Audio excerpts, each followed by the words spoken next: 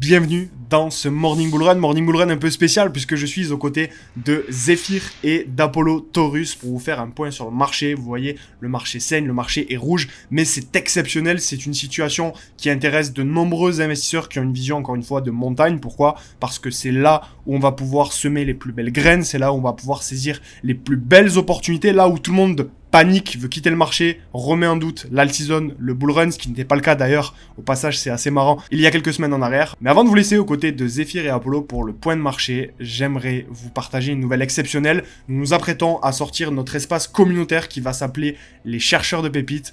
Je vous laisse avec le teaser et on part sur le point du marché.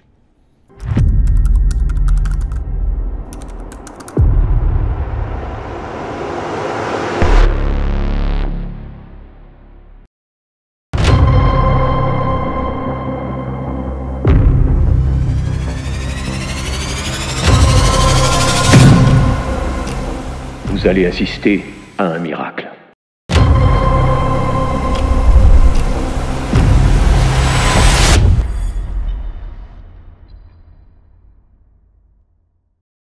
Ok les taurus, j'espère que le teaser vous aura plu. Si c'est le cas, rejoignez le canal Telegram si ça vous intéresse, puisque de toute façon on va communiquer toutes les informations. Il y aura un lancement privé pour les membres de la citadelle du Nexus, donc anciennement le cercle d'élite pour toute la partie trading. Et ensuite on aura le lancement public qui aura lieu dimanche, comme vous l'avez vu, à 16 h sur le canal Telegram. Il n'y a que 500 places et on va faire certainement des préinscriptions, donc n'hésitez pas à rejoindre le canal Telegram. Avant de commencer, justement, vous laisser avec Zephyr, je vais vous faire un point rapide sur la vision. Une vision qu'on soit la masse, soit les investisseurs qui sont des investisseurs institutionnels. La masse, donc 99,9% des gens voient les bougies haussières comme des opportunités et les bougies baissières comme des éléments négatifs, des éléments qui les mettent en danger, que ce soit sur leur situation financière, dans leurs invests, là où justement une institution va plutôt avoir une vision de ok, quand ça monte, eh bien c'est le moment de prendre des profits, et quand ça baisse, comme ce qu'on est en train de vivre justement en ce moment avec le BTC, eh bien c'est des opportunités pour elle de racheter. Donc tout simplement la masse, quand ça baisse, vont se dire le bull run est remis en question, il n'y aura pas d'alt-season, c'est la fin, c'est terminé, on entre en bear market. Là où les institutions qui représentent évidemment 0,1% des acteurs sur le marché vont se dire super, c'est l'occasion de réinjecter 200 millions parce qu'il y a de la contrepartie vendeuse en face, ce qui fait que tout simplement elles peuvent racheter aux personnes qui sont en train de vendre. C'est aussi simple que ça. C'est tout pour moi, je vous laisse avec Zephyr et Apollo. Merci Moon. Les Taurus, j'ai hâte également de tous vous retrouver dans les chercheurs de pépites. Et on va enchaîner avec l'analyse on-chain. On va voir un petit peu ce que nous dit le marché. Et le premier indicateur qu'on va regarder ensemble, c'est le pourcentage des adresses en profit. Donc ça nous donne tout simplement quel est le pourcentage de chacune des adresses sur le réseau Bitcoin qui a acheté du Bitcoin moins cher qu'au prix actuel. Et ce qui est intéressant de voir, c'est dans un premier temps le cycle entre 2015 et 2018. Vous voyez que sur ce cycle, on a touché à peine une fois la zone des 95% d'adresses en profit. Mais vous voyez qu'une fois qu'on commence vraiment à taper des ATH, eh bien, on y reste pendant un petit moment. Mais après, qu'est-ce qui se passe? Eh bien, on voit qu'on atteint bien, les 80% d'adresses en profit sur des retracements. Donc, chaque fois que le prix du Bitcoin diminue un peu. Pourquoi? Parce qu'on a besoin de venir chercher de la liquidité. Et lorsqu'on a bien, une certaine partie des personnes qui passent à perte, eh bien, ils vendent. Et ça permet aux personnes qui ont la vision d'un Bitcoin plus haut de recharger, et donc ça nous permet d'avoir un prix qui continue à entraîner. Et ce que vous devez comprendre, c'est que ici, les personnes qui ont capitulé là, les personnes qui ont revendu quand on était entre 80 et 90% des adresses en profit, eh bien ce sont des personnes qui sont passées à côté d'un Bitcoin qui a évolué de 3000 $ à plus de 19 000 $.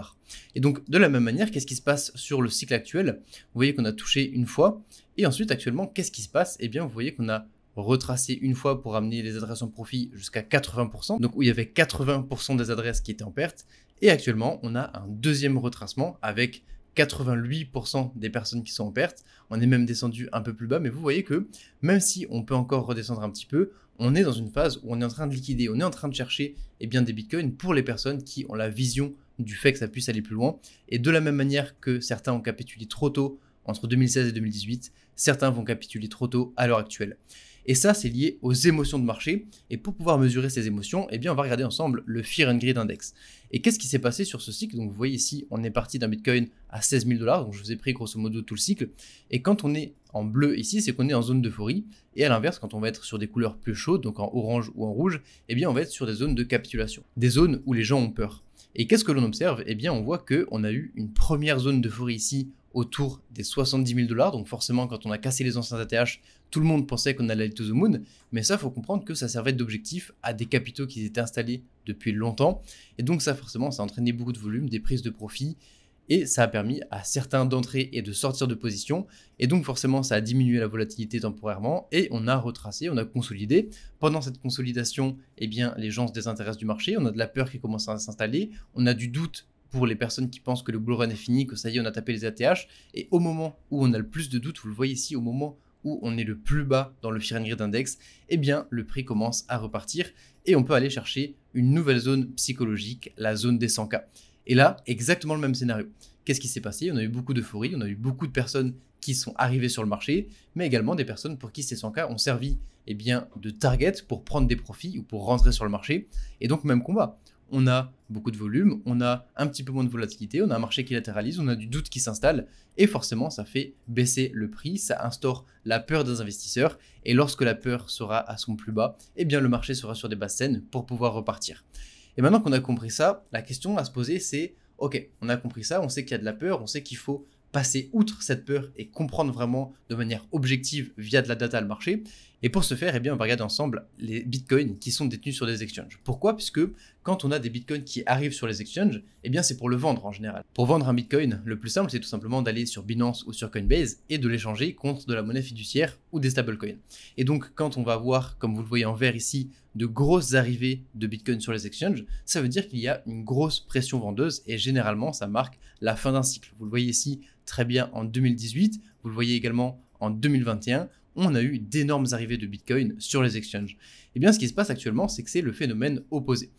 Actuellement, on voit beaucoup de Bitcoin qui sont en train de sortir des exchanges, et ça veut dire quoi? Ça veut dire qu'on a des personnes qui ont de la vision long terme, qui sont en train de prendre des Bitcoins et les mettre sur des portefeuilles, donc que ce soit par exemple des ledgers ou des hot wallets, et qui vont, comme ça, eh bien, détenir eux-mêmes le Bitcoin. Pourquoi? Parce qu'ils ont la vision que sur le long terme, eh bien, le Bitcoin va s'apprécier et qu'ils viendront le revendre plus tard.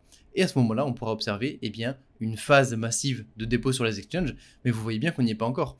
On a eu un très gros retrait ici après l'affaire FTX où il y a vraiment eu une panique sur les exchanges qui nous a permis de lancer le marché haussier. Et ici, on a actuellement de manière massive une deuxième vague de retrait des bitcoins des exchanges. Et ça va nous permettre de pouvoir continuer.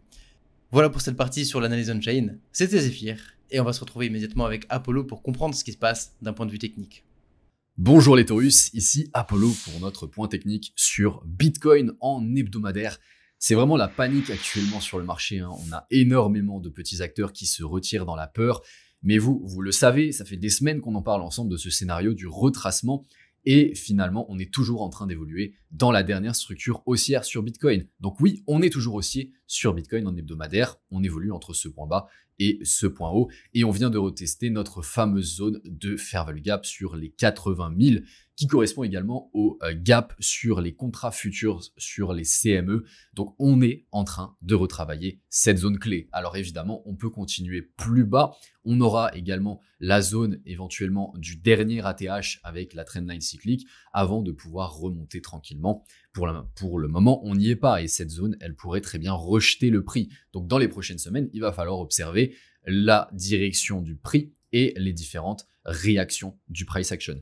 Ici, vous voyez que si on compare avec ce qui s'est passé sur le mois de juillet dernier, on a eu un retracement de l'ordre de moins 29%. Et c'est exactement ce qui s'est passé. On avait cette dernière structure haussière entre ce point bas et ce point haut. On a eu toute cette phase de complexe pullback qui était assez longue, hein, et finalement, on est revenu retester cette zone de fair value gap avant de repartir sur des plus hauts. Et ici, on est exactement en train de faire la même chose. Sauf que, vous voyez, ce dernier mouvement, eh bien, il est de l'ordre de moins 27%. Donc, le retracement que l'on a eu ici était plus violent encore. Vous comprenez l'idée? Et si on fait finalement la comparaison avec ce qui s'est passé sur le mois de mars 2020, alors c'était un petit peu différent parce qu'on a eu le confinement du Covid, mais on a eu un retracement énorme de moins 63%.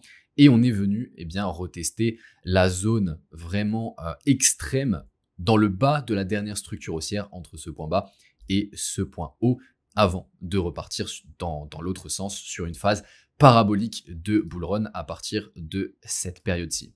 Donc vous voyez que si on prend du recul sur le marché, on se rend compte que ce dernier mouvement, il n'est pas si violent que ça. Et une fois de plus, il ne remet absolument pas en cause le cycle haussier sur Bitcoin. Évidemment, ça peut prendre un certain temps avant de repartir sur des nouveaux plus hauts, mais on est vraiment tourné vers une continuation haussière dans les prochaines semaines, les prochains mois. Les Taurus, on va terminer là-dessus pour cet épisode. Je vous dis à très vite, à la semaine prochaine. Je vous souhaite une excellente journée. C'était Apollo. Ciao, ciao.